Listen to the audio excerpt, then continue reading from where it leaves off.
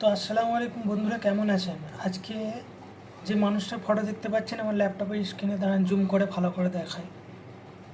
এই যে এই মানুষটা, ইনার নাম সম্ভবত শ্রী শামীম।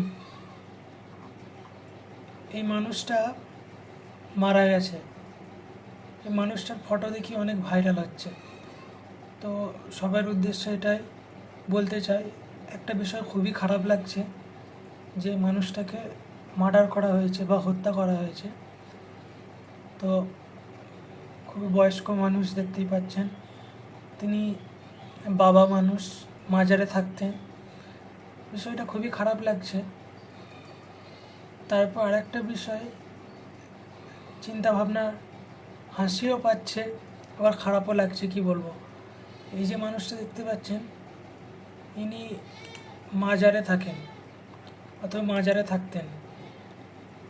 ইনি কোরআনকে বলছে, যারা নাকি কোরআন যে বানিয়েছে সেও মূর্খ, আর যে কোরআন পড়ে সেও মূর্খ। নাউজুবিল্লাহ, কত বড় শয়তান, কত বড় মূর্খ হলে এই কথা বলতে পারে।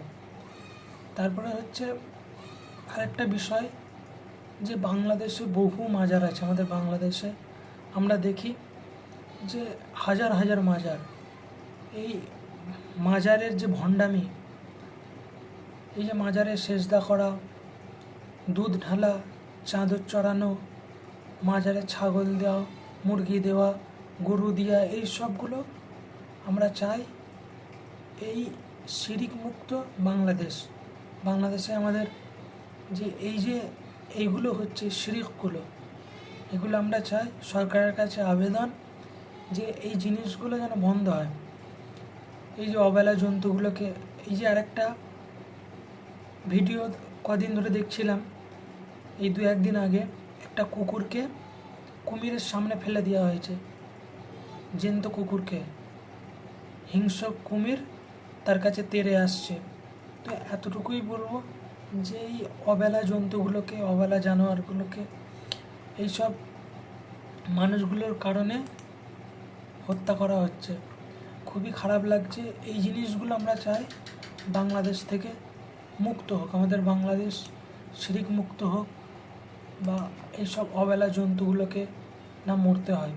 এইসব ভণ্ডদের কারণে এইসবগুলো হচ্ছে। এই যে মানুষটা দেখতে তো এত সুন্দর দেখতে পাচ্ছেন, এই যে গোঁপের অবস্থা দেখে তো মনে হয় 40 বছর গোঁপ কাটেনি।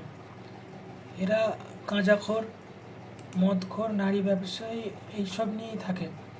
তো এতটুকুই বলবো, কারোর বিষয়ে খারাপ মতামত করা আমার উদ্দেশ্য নয়। আমার উদ্দেশ্য একটা, এই যে বাংলাদেশে এইসব হচ্ছে, আমাদের বাংলাদেশে এইগুলো মুক্ত থাকা দরকার। এই যে চাদর চড়ানো, ফুল চড়ানো, দুধ চড়ানো মাজারে, বা এই যে মুরগি দেওয়া, হাঁস দেওয়া, গরু দেওয়া, ছাগল দেওয়া কুমিরের সামনে।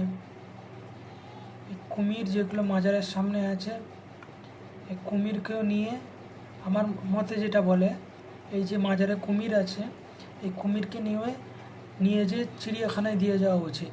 কারণ এইসব ভণ্ডামি ছাড়া কিছুই নয়। তাই এতটুকু বলবো।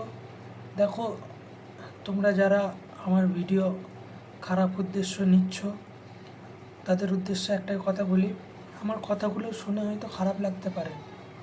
তো একটা বিষয় চিন্তা করে দেখো, যে মানুষটা মারা গেছে, যে মানুষটা ইন্তেকাল হয়ে গেছে, সে কিভাবে তোমার উপকার করবে? হ্যাঁ, সে যদি ভালো মানুষ হয়ে থাকে, আল্লাহর ওলি মানুষ হয়ে থাকে, অবশ্যই তার কাছে যাও, মাজারে যাও, যে জিয়ারত করো, সেখানে যে সেটা ঠিক আছে, তার জন্য দোয়া করো।